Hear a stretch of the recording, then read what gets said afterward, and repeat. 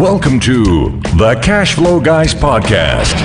Join Tyler and his team as they unlock the secrets to achieving financial independence through wealth-building strategies inspired by Robert Kiyosaki and other thought-provoking leaders. Learn to build leveraged streams of cash flow that land in your pocket and improve your quality of life. Gain access to cutting-edge ideas that will increase your productivity and streamline your success. Find out how to supercharge your retirement plan so you won't have to retire with a pay cut. You can escape the rat race. Are you ready? It's time to Learn to Earn with Tyler Sheff.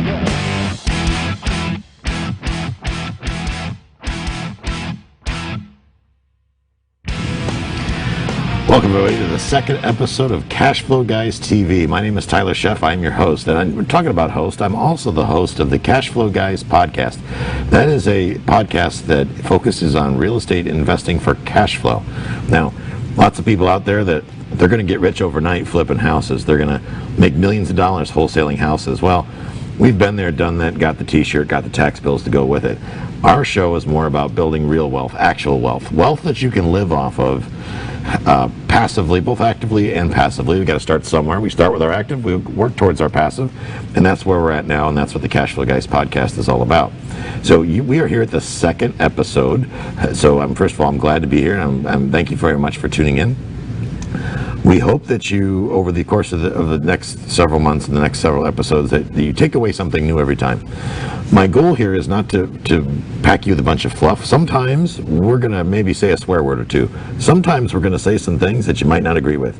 But I'm here to tell you it comes from the heart. Now, full disclosure, I am a licensed real estate agent, which does give me a license to make fun of them. I do see a lot of ridiculousness that goes on in the real estate and mortgage industry and the wholesalers and all the other dingleberries running around out here in both in my market and markets all over the country. And when I see this ridiculousness, I feel the need to point it out. Why? Because I think that there's a lot of good people in the real estate market, whether it be for the investing side or the retail side. But I also think there's a lot of bad people, and I think that if the good people bind together, we don't take everything too seriously. We expose the things that are not the way they should be, the things that take advantage of people, and we focus on doing good ethical business that everybody can win and everybody can make money. That's what I truly believe, and that's part of the reason why I launched this show, the Cash Flow Guys TV. So today we're going to start by finishing up. We had some questions last time, episode 1. We were working out some of the kinks. Basically, I was working out my kinks, being new to being on camera and the TV, not being in my cozy little office back home, being out in public here in a professional studio, staring at a camera, working out those kinks. And there's some questions that were left unanswered, and that bothers me. I want to make sure that the audience gets their questions answered. That's why I'm here doing this. And I want to make sure that you walk away with advice that's actionable. In other words, that you can use right away. It doesn't cost you $100,000 to take action on what I'm suggesting during the show. I find that people want to learn. There are a lot of people out there that want to learn. They want to take their investing to the next level. And I feel it's my job. It's why I'm here, to help you learn to earn. That's why we have our tagline on, and when it comes up on the screen, our logo, it says learn to earn, for that very reason, that we are focused on helping people take their investing to the next level. We truly want you to learn to earn. Now, just a minute ago I talked about $100,000, and why I mentioned $100,000 is there are a lot of companies out there, I'll call them companies, whose mission it is to show you or convince you that it should cost $100,000 to learn how to buy a $100,000 house. Well, ladies and gentlemen, I strongly disagree. There are the gurus out there, and although the word guru has taken on a negative connotation in the last, let's say, decade, which is unfortunate, because guru used to mean people that had the answers, people that were better at things. They were gurus in it. They were experts in their field. And unfortunately now it's taken on a negative connotation. It's meant to talk about people that are essentially taking advantage of people or preying on people's desire to get rich quick. I want you to know that under no circumstances should it ever cost $100,000 to learn how to be an effective and profitable real estate investor. Not even close, ladies and gentlemen. I've been fortunate living most of my life in the Tampa Bay area, although I've traveled the world. I have discovered that some of the best educators in the real estate investing space, the true legends, the thought leaders, the people that have taught me darn near everything I know, they all reside in the Tampa Bay area. Some of the greats include Larry Harbolt, a good friend of mine and a mentor of mine. Peter Fortunato is also a mentor of mine. John Schaub, these are the people, Jimmy Napier. These are the people that have stood the test of time. They've been doing this for 3-4 decades, truly teaching people how to learn to earn. I'm humbled to come in as the next generation to help people take their investing to the next level. It's something that I'm very passionate about, and that is one of the reasons why I started cashflowguys.com. It was to take the teachings brought forth by these, in my opinion, I call them legends, and they're truly legends. People like Larry Harbolt, people like Peter Fortunato, they're in this incredible level. The amount of knowledge that's in their mind is unbelievable. I truly believe that, using people like Larry Harbolt, for example, he's forgotten more about real estate than I probably will ever know. It's amazing to me to have him as a resource, to have him as a mentor. It's part of the reason why I produce this show. He has a podcast called the Real Deal Podcast. So if you go on iTunes or Stitch or anything like that, you can go to LarryHarbolt.com.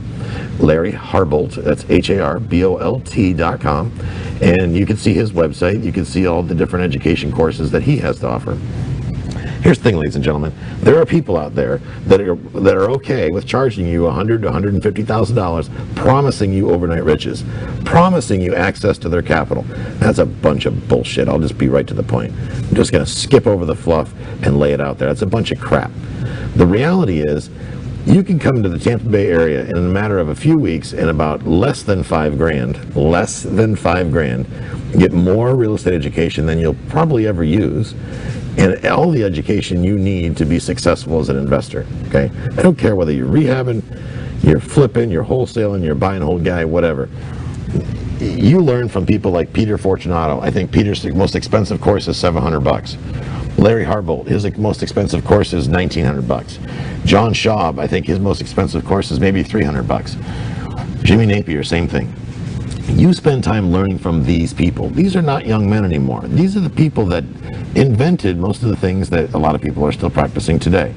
Everything they teach still works and is still incredibly relevant in today's society, in today's financial and real estate market.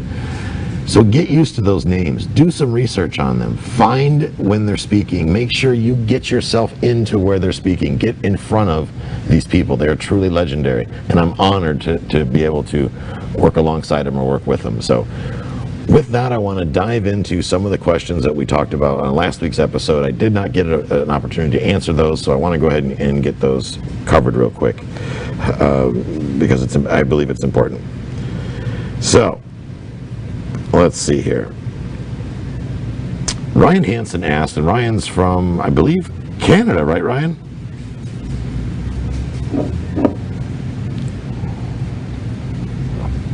There he is, waiting for his audio to come up. You there, Ryan? Yep. Yes, sir, I'm here. All right.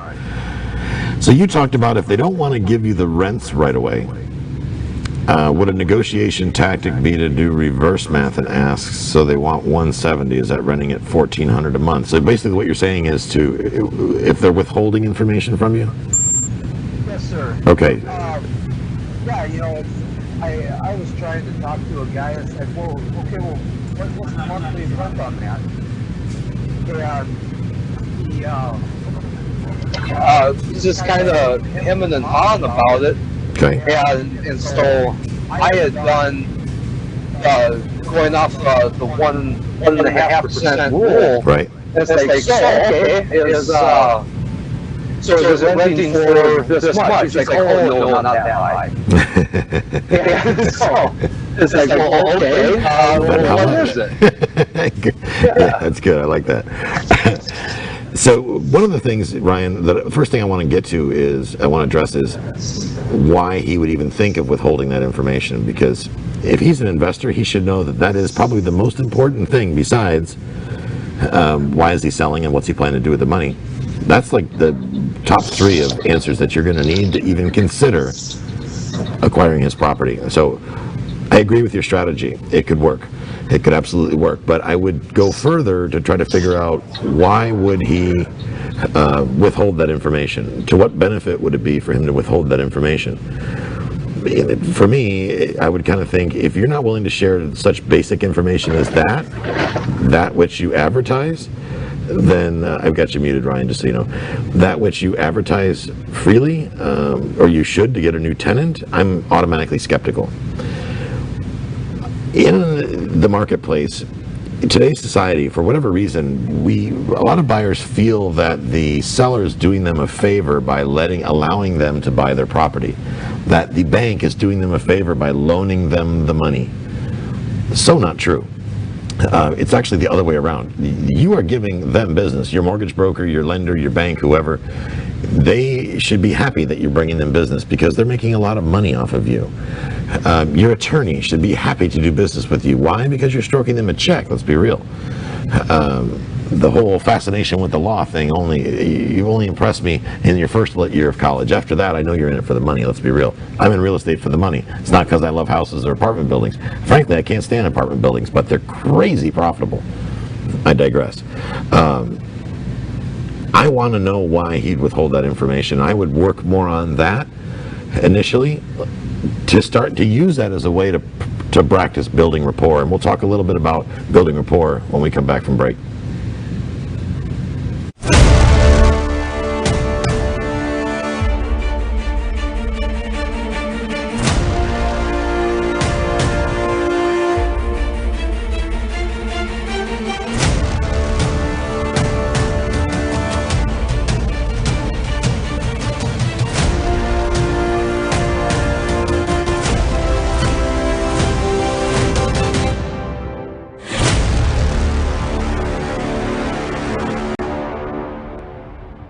Revolutionary in his field, Dr. Bonati created, perfected, and patented the Bonati spine procedures. Using his genius, Bonati invented precise tools necessary to minimize surgery, scarring, anesthesia, and recovery. So successful are the Bonati spine procedures, they consistently reflect 98.75% patient satisfaction. 50,000 successful procedures have been performed exclusively at our location. Over half our patients have suffered from failed back and neck surgeries at other facilities. Bonati succeeds where others fail.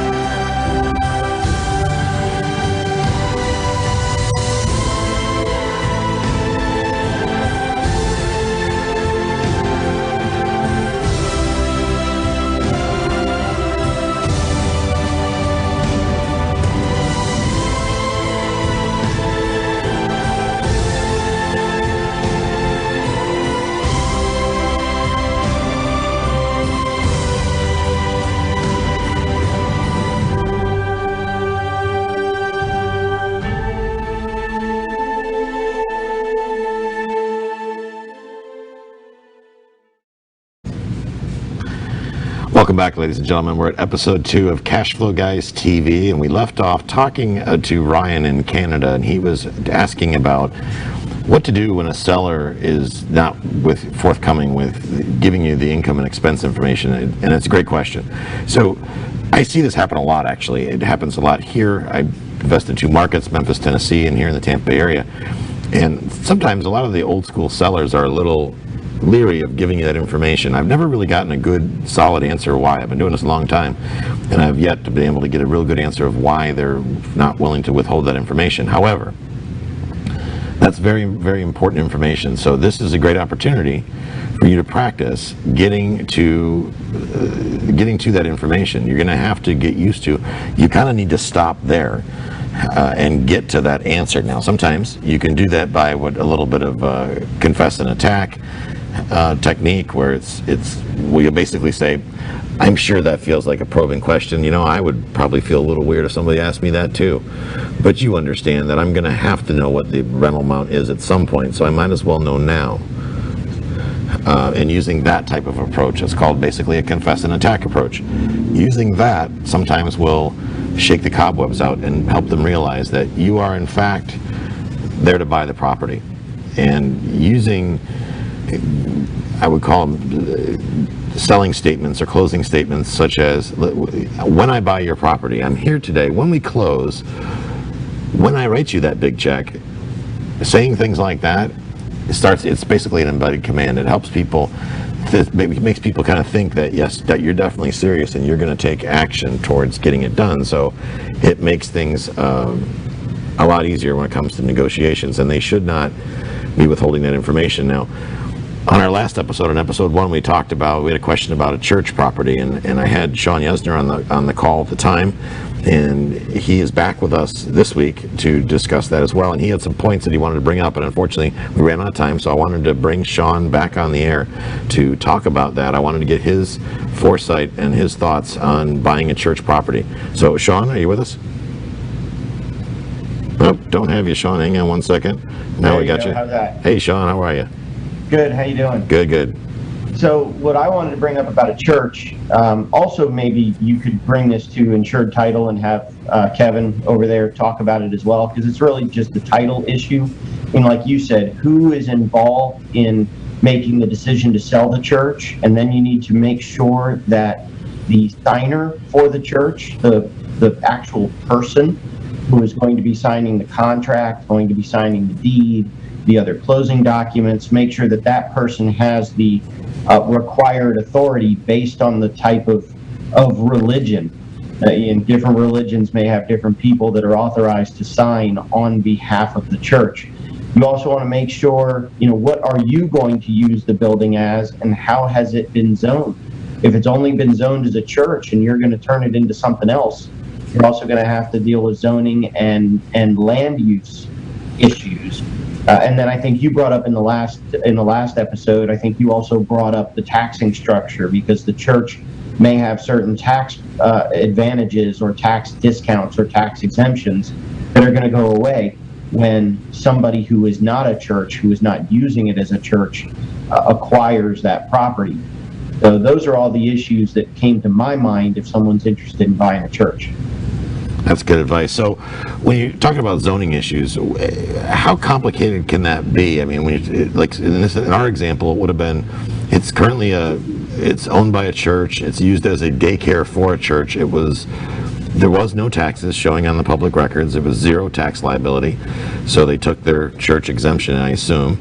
But then the zoning was for a school, which we would be using it also for a school, but we're obviously not a religion unless cash flow is a religion. But maybe it should be. Ooh, the Church of Tyler Sheff and Latter-day Investors. I kind of like that. Yeah. Could I still wear my yarmulke to the Church of Tyler Yesner? You absolutely can, but I will need 20% of your income. No thanks. That's just how I roll. But seriously, how complex can that be? That's that's a great question, and if we have another 6 episodes, we can probably delve into it all. Right. When you're dealing with zoning, what you really have to do is look at what is the land use plan for the area, how is this particular property zoned? Because even though it might be zoned as a school or as a daycare, the land use plan and the zoning may allow you to change the use to certain other things. But you couldn't, for example, change it from a school to a shopping center, probably, without changing the zoning. So what is it currently zoned for? Does the current zoning allow you to change it? I don't think that changing it from a church school to a for-profit school or not-for-profit school, I don't know that would necessarily be a big deal. We'd have to review the land use and the zoning plan, but I think changing it from a church to an apartment, that definitely we got to make sure zoning would allow us to do something like that. And if not, we have to file the correct applications with the different governmental entities, whether that's the city, the county, both, to have the zoning changed. Look at what the land use allows and start to have that kind of stuff changed if we wanted to take it, for example, from a school to an apartment. Now, this is not a process that can happen like you just go down to the county and it's done in an hour. I imagine this sounds to me like it's going to take a little bit of time to knock something like this out. Is that true? Yeah, this is not a half-hour episode of Law and Order. Right. This is going to take some time. It's going to be applications to, like I said, whatever the correct municipality is, maybe the city and the county. It's going to be hearings in front of the county commissioners or the city commissioners. It could be months of time to get this done properly. Lovely. And then you have to get a variance because they say we're not allowed to change the zoning, and so you apply for a variance to allow the zoning in this situation on this property for this use. Add months to that. Yeah, ladies and gentlemen, those of you listening that are not in the Tampa Bay area, the county where this building is located, they take 2 weeks to come back to us with a municipal lien search or a title search with basic information. So I can imagine how long this process would take in that same county. What we're talking about now, that could be very interesting. And for those of you that don't know, this is Sean Yesner. He represents Cashflow Guys and my various companies in the capacity of our real estate attorney. He can be found at yesnerlaw.com. It's YESNER law.com.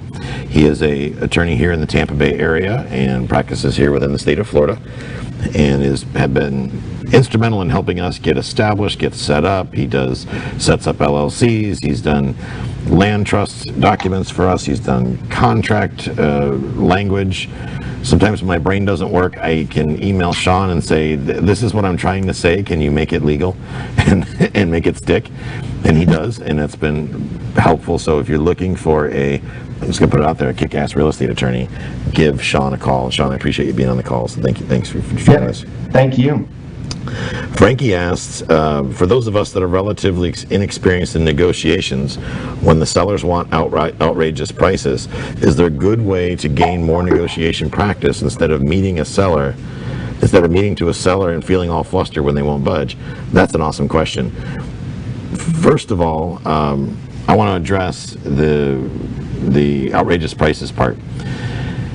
You have to understand why they're pricing. So what you may feel outrageous to them may be completely legit, and it may be legit. In other words, if you're looking at a single family house and it's nice and pretty and there's no compelling real reason for the seller to sell it, except for maybe they want a nice, bigger, prettier house, wouldn't you expect them to kind of want top dollar? And a lot of times they'll flat out tell you, why the heck would I sell it at a discount?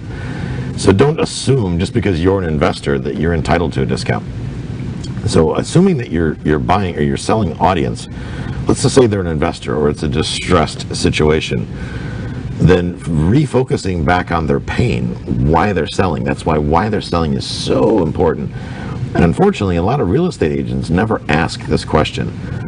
Whether they represent the seller or they represent the buyer and they're talking to the listing agent, they have no clue why the seller is selling.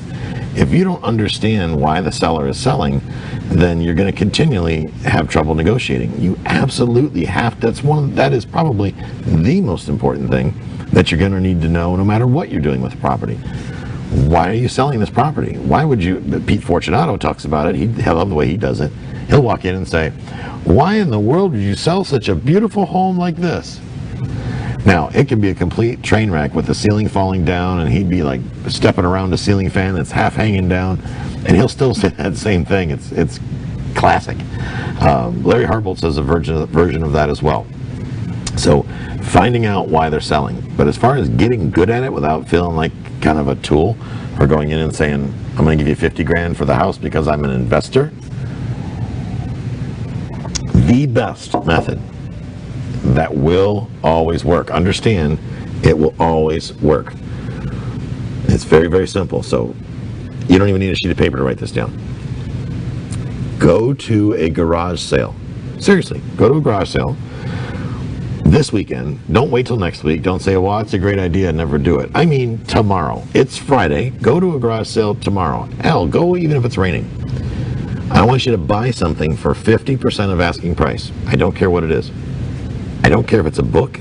I don't care if it's a big screen TV. Frankly, I don't care if you buy the whole damn house. But buy something there for half of the advertised price. I want you to practice negotiating.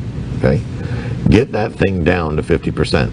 Now, if you are married or have a significant other, careful what you do here. I've gotten in trouble by bringing home some things that I grossly overpaid for because I got out negotiated. Whoops.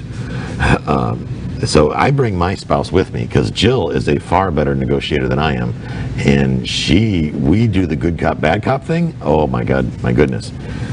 That said, if you're working with a partner, bring your partner with you to the garage sale. Say you have a partner in real estate.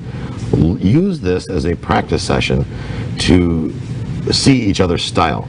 That way your partner's never confused when you come off the wall. I did this early on, and when Jill and I first got together a long time ago, and she started laughing at some of the stuff I came up with. So she had to get used to me as a partner and used to me as a spouse, and then now she can tell that it's coming. So she knows what's coming next, and that's made us highly effective. If we ever show up at your property to negotiate, run, because I can't protect you from her. She's unbelievable in negotiations, absolutely unbelievable. So try that. Go out this weekend, buy something for 50% of what it should cost. And when we get back from our break, I'm going to tell you what to do next. But that's what I want you to do first. Step one, go to a garage sale, pick anything of value, negotiate it 50% of cost. Now, for a lot of you, you're going to feel like that's impossible, or you're going to feel embarrassed. I need you to go through those emotions. That's very, very important. Because when you go through those emotions, you're going to understand them when they come back again. You're going to learn by practice how you're going to overcome them in the future. Because you're going to need to learn how to do that. If you can't overcome them feelings, if those feelings control you, then you're going to have a big problem in real estate. Or you're going to have to hire people to negotiate on your behalf, which means you're going to be incurring additional expense. And that's that. So we'll talk about that when we come back from the break. So bear with us. We'll be right back here in just a second.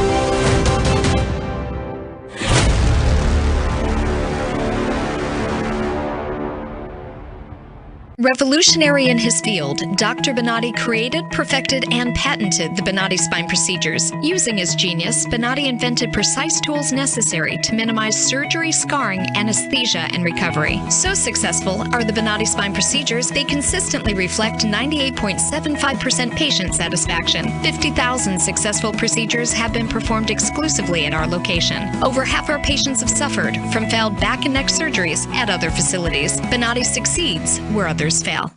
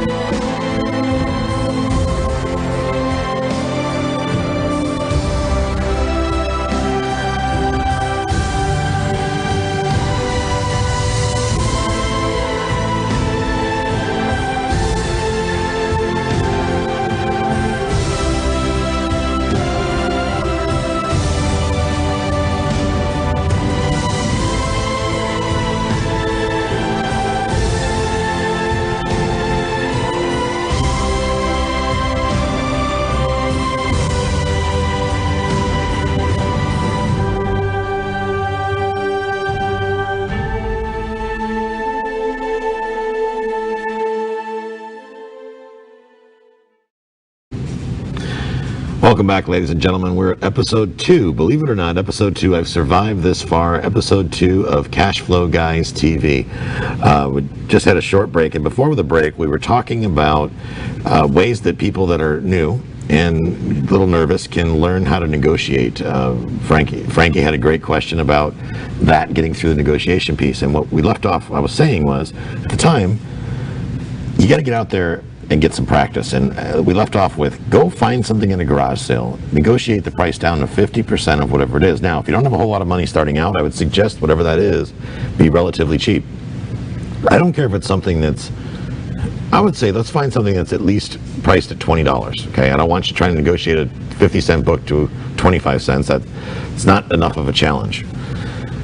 Find something that costs $20 or more. Negotiate it down to 50% of what the asking price is. Okay, 50% of what the asking price is.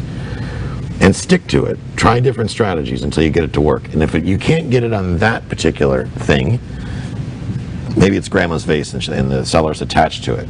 You'll see in a minute how this applies. Try a different item. Try different things.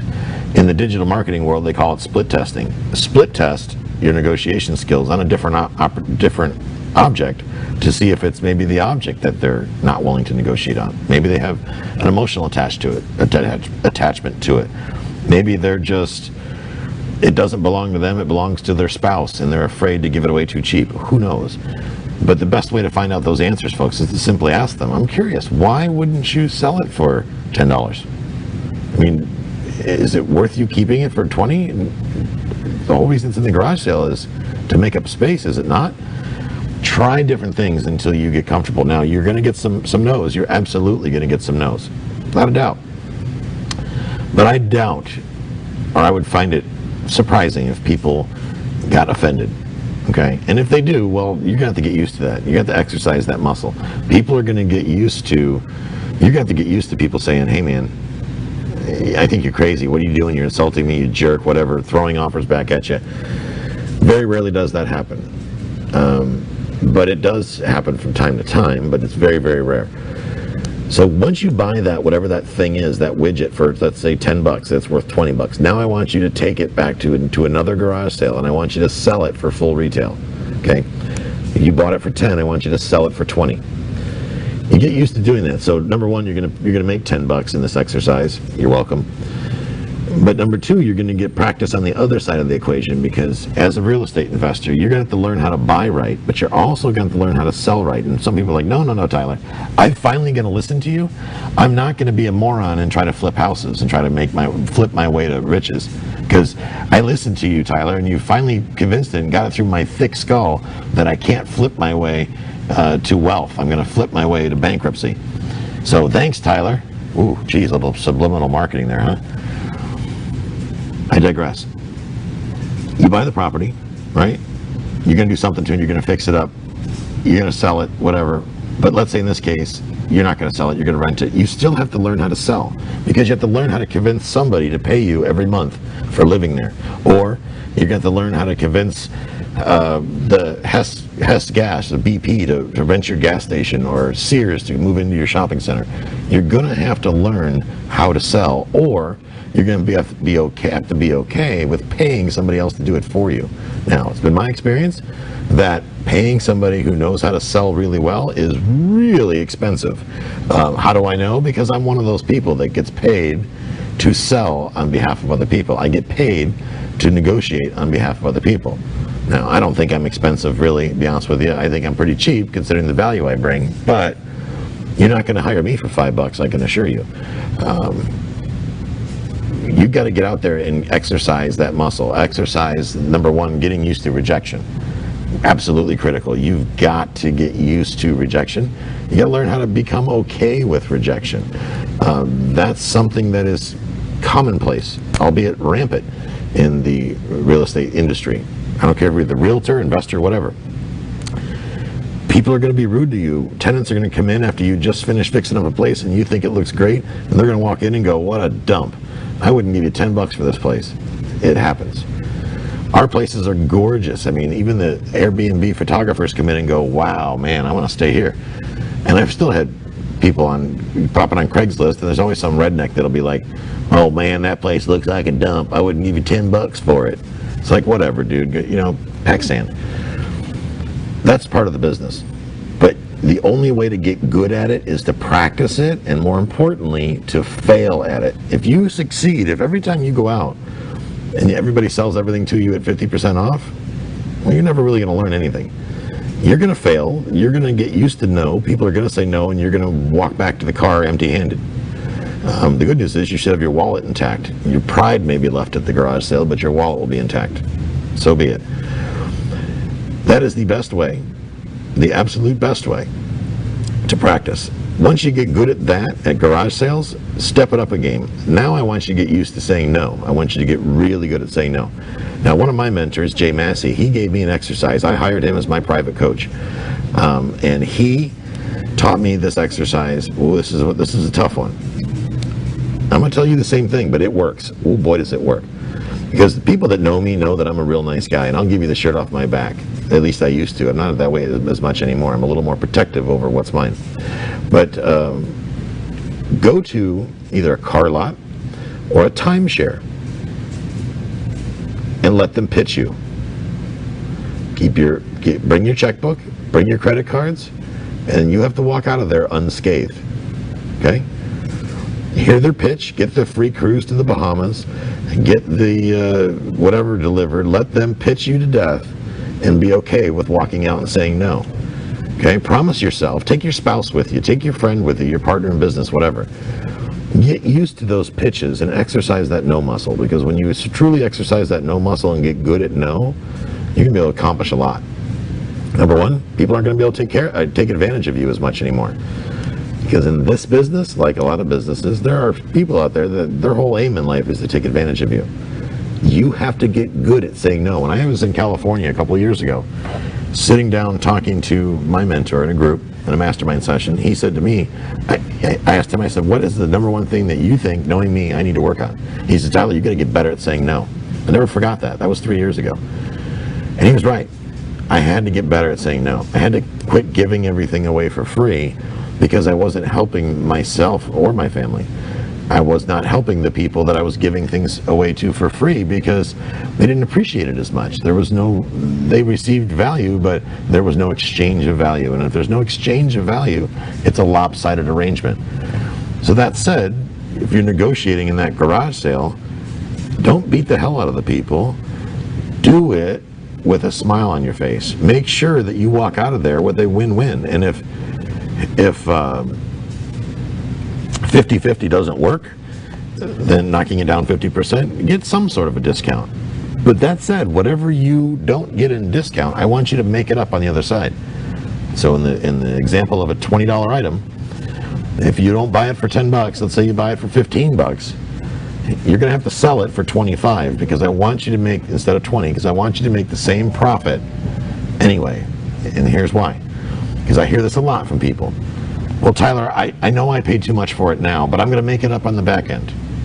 I'll rent it for more money, or when I flip it, I'm going to sell it for more money, or I'm going to find a real estate agent that'll dumb enough to do it for 1%, a discount agent, which basically means they're going to put it in the MLS and forget about it. Don't lie to yourself and tell yourself you're going to make it up on the back end, because you're not. Here's the thing. If you agree to it, now I'm holding your feet to the fire. You have to perform, okay?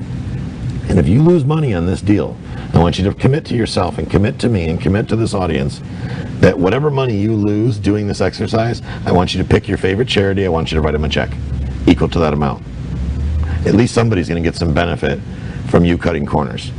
Because if you're willing to screw yourself to be comfortable, you should, you're hurting your family, first of all. You're hurting yourself. You should give back to the community. Go to Habitat for Humanity, write them a check for $10. Okay, a little bit goes a long way, so do that. I'll get off my soapbox on that topic. Let's see here. Amber says she did this. Good. She's listening. Finally, I love it when people take action. That's cool. So good job, Amber. She said she bought something, $20 down from $40, sold it for $60 in 2 weeks. That's what I'm talking about. $60. That's awesome. So that means you tripled your money. So I would like you to write a check for at least $20 to your favorite charity, your church, whatever. Give back a little bit, okay? You give back. And if you're paying forward a little bit, that helps. So you bought it for 20. I told you to double it, sell it for 40. That's awesome. So you did more than that. Great job. Now I want you to experience the feeling of giving back, because I love it. Part of the reason I do this show at my expense, because you're not paying to be here, but I am. My time, whatever. Go and give $20 to a charity. I don't care what charity it is. That's up to you. It's your job to decide that, but go ahead and do that. And you're able to negotiate a deal with seller financing. Let's see. After I did that, I was able to negotiate a deal with 100% seller financing. You may be onto something with that garage sale thing. You're damn right I'm onto something with it. Because every time I get weak in negotiating, because I have weak moments too, guys. I don't win them all. Actually, I don't win half of them.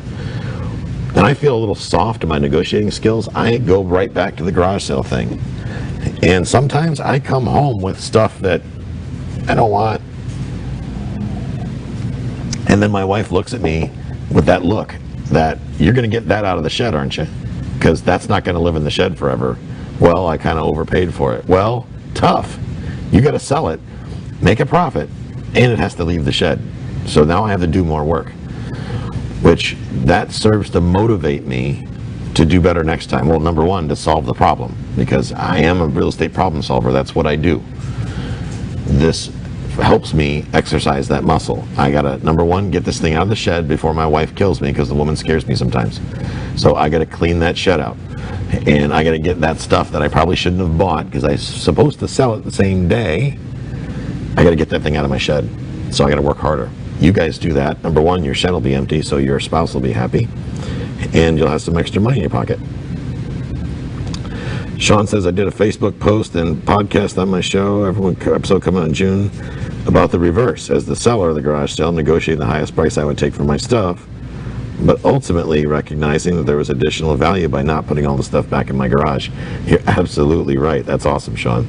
Because there is, folks. I mean, the biggest gimmick in the world is self-storage. Oh, I wish I would have thought about that before everybody else did.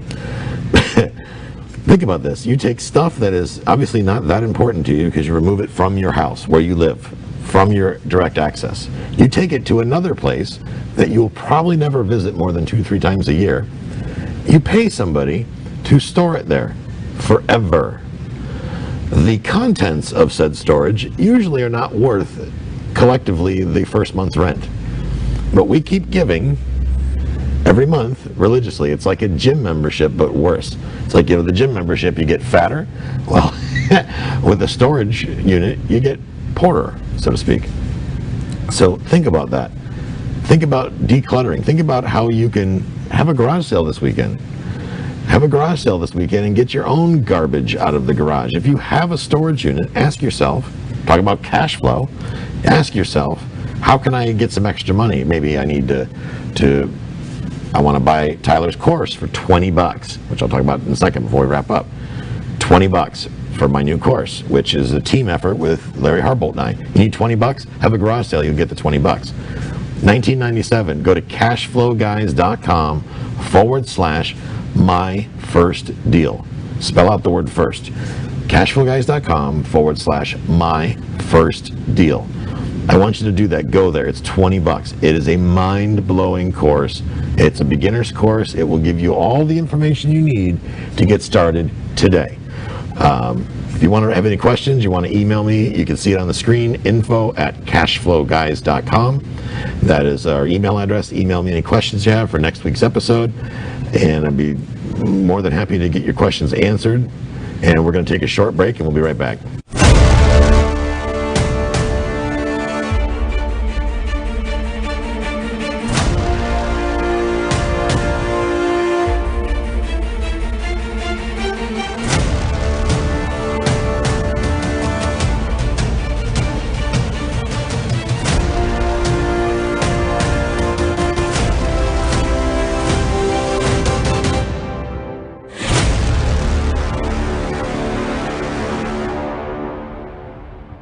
Revolutionary in his field, Dr. Bonati created, perfected, and patented the Bonati spine procedures. Using his genius, Bonati invented precise tools necessary to minimize surgery, scarring, anesthesia, and recovery. So successful are the Bonati spine procedures, they consistently reflect 98.75% patient satisfaction. 50,000 successful procedures have been performed exclusively at our location. Over half our patients have suffered from failed back and neck surgeries at other facilities. Bonati succeeds where others fail.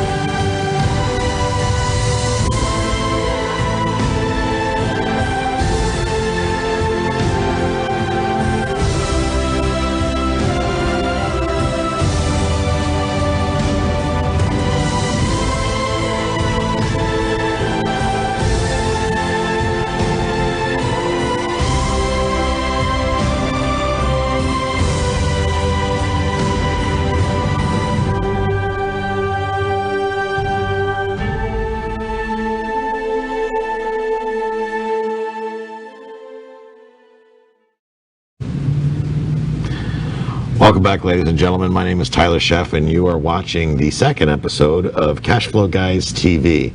If you're just tuning in for the first time, as I said earlier, my name is Tyler Sheff. I am the host of the Cashflow Guys podcast, which is a real estate investing podcast that focuses on teaching people how to build wealth by building passive income. So welcome to the show. And we were talking out in the last segment, first of all, as a reminder, we were talking about a new course, well, it's actually a newer, older course that we've re-released. We've updated it for the new millennium. It is a combined effort between a good friend and mentor of mine, Larry Harbold, who is a real estate educator, 37 years experience as a real estate investor. He's written a basic level, entry-level course for people. It's called the Real Estate Blueprint, the Cash Flow Blueprint. What we've done is we've taken that course, we've gone through that course with Larry's assistance, we've brought it up to speed, updated it, we've put it online so you can consume this course online. There's lots of great information in this course. It is a mind-blowing amount of information. So if you're a new real estate investor, you're looking to get started, and now you're probably thinking, oh, how many thousands of dollars, Tyler, is this going to cost? Is it $97 a month? Is it $9.97 a month? Is it $19.97 a month? No, it's $20, okay? It's actually $19.97. But let's call it $20 because I have a no bullshit way of doing things. $20, people. Can you not afford $20? If you can't afford $20 to learn how to invest in real estate, get the hell off my show. Because $20, come on, man, it's $20. I mean, anybody can afford $20. The homeless guy behind this building can probably afford $20. How do you get there? Cashflowguys.com/my first deal. The word first spelled out. My first deal. Cashflowguys.com/my first deal. That gives you a mind-blowing amount of information that'll take you probably at least a month to go through. It is available online. As soon as you check out there, it'll give you direct access to it. It'll talk about it. There's a thing we're talking about, my very first deal, and then you have the opportunity to purchase that course for a whopping $20. That course should sell for $1,000. Larry is getting older. He's in his 70s now, probably. Maybe he's lost his mind, gone senile. Who knows? But $20 for this course, It's ridiculous. Get on there, take advantage of it. cashflowguys.com/my-first-deal. Getting back to what we were talking about storage and using garage sales as a way to negotiate. And Beth is on the call right now, and she has a question for us that probably is a legal question. So we're going to go ahead and hear Beth's question, unless she's going to type it in the chat real quick. I'll unmute you, Beth. And are you with us? Yeah, can you hear me? I can hear you. Hi. Yeah, so I think this, we'll probably, this is a Sean question as well. Okay. So I'm looking to build a portfolio, and you've talked about land trusts a lot. Yep. So I'm looking to build a portfolio that I can eventually give over to my parents to pay their monthly mortgage on the new house they're building. My question is, how do I funnel multiple land trusts for each individual property into a single land trust that I can just hand them with a bow on it? That's an interesting question. So let me unmute Sean. Sean, we got about 10 minutes left in this last segment. If we can help Beth out with that, that's a great question. Yeah, I think what I would suggest is I think each property should be in its own land trust. I think you could put multiple properties in a land trust, but I prefer just have each property with its own land trust. And then I think what I would do is have the beneficiary of that land trust be maybe an LLC that's owned by mom and dad, or maybe mom, dad, and Beth. And that way, mom and dad would have the profits and the rents as distributions to the LLC, distributions to the beneficiary. Each property would then be in its own land trust. Okay. Yeah, that makes sense. That's cool. That seems to be the simplest form. We could combine land trusts and revocable trusts and asset protection trusts and trusts to avoid probate and all that stuff. I tend to be a simple is better kind of mentality. Well, there you have it. You know, that's the thing about land trusts. They can get very, very complex, but they can also be very simple if you let them be simple. And that's the thing. In real estate, we tend to make things, and I've run into this a lot, investors tend to make things more difficult than what they need to be. Now, my friend Larry Harbolt, you can go on his website, larryharbolt.com. He teaches a course on land trust, actually, and it's ridiculously cheap. I think it's like $700 for two people, so $350 a piece for a three-day boot camp that he does several times a year. So if you want to learn more about land trust, do a little bit of research on Google to learn about land trust. If you really want to take it to the next level and start using it as a strategy, then go to his course. Now, you can hire somebody like Sean Yesner. He's a real estate attorney. He does land trust. He's done them for us. However, it's good for you to understand. I mean, you can pay Sean his hourly fee which is, adds up quickly. He's well worth every penny, but you can pay him to explain it to you over and over and over and over and over again, or you can spend $699 and take the course, understand it fully, and then you can have Sean prepare the paperwork for you, his firm prepare the paperwork for you, make sure it fits, crosses all the T's, dots all the I's, everything is the way it's supposed to be. If you have questions pertaining to land trusts directly and how they pertain to Florida law, you can always reach out to Sean Yesner. You can get him through his website at yesnerlaw.com, YESNER law.com, yesnerlaw.com. He's also got a podcast called the Crushing Debt Podcast. It's a great show. It talks about all kinds of things involving real estate, debt, but primarily it focuses on bankruptcy, foreclosure. He has a lot of experience in that realm of things as both a real estate and a bankruptcy attorney. Worked in a foreclosure mill as an attorney before. Got some great stories about that, I'm sure, that we'll be having him on the show to talk about some of those probably here coming up in coming months. So, Sean, I wanted to thank you for coming on the show today. You've been a great help, and as you always are, a great asset to me, my team, this company. You've really done a great job keeping us compliant, keeping us the way things are supposed to be, keeping our paperwork straight. Thank you so much for all you've provided for us. So thank you. Wanted to say that. So folks, moving forward in cashflowguys.com and what we do, the purpose here is to educate you, to get you to the point to where you are truly learning to earn. We want you to earn. See, you don't need to give me all your money to teach you how to invest in real estate. What you need to do instead is learn from us. All of the information we put out is very reasonably priced.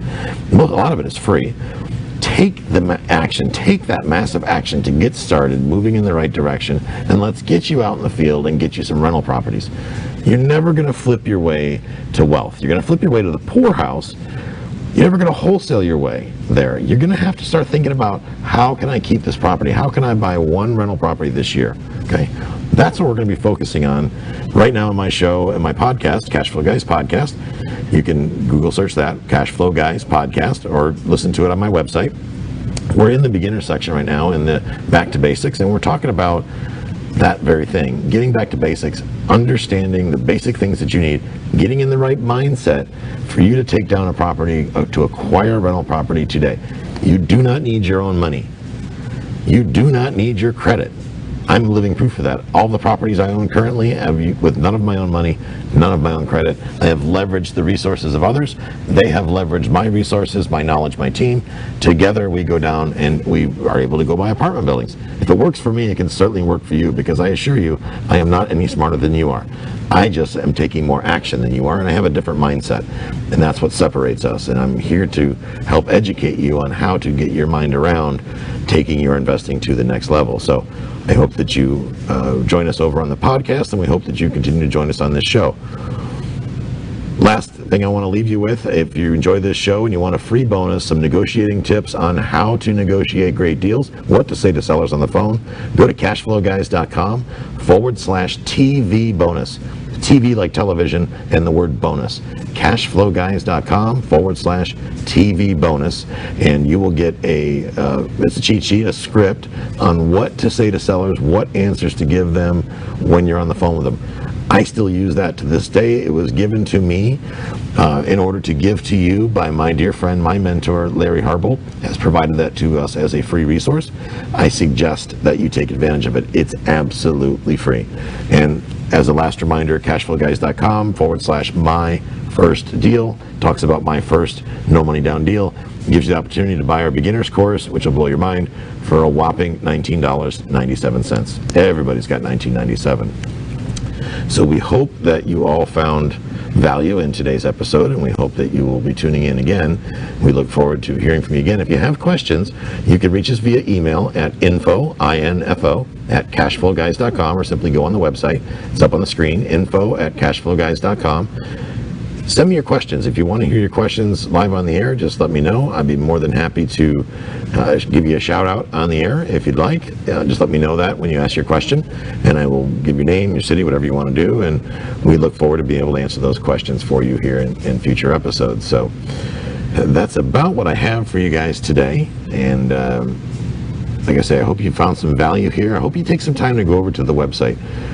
We put a lot of thought, a lot of effort into the Cash Flow Guys website. We've spent a great deal of time thinking about and asking the questions, and that is a resource that's out there for you. So we hope you go over there and take advantage of it, and we hope you spend this week now learning to earn. Thanks for joining us. Have a great week.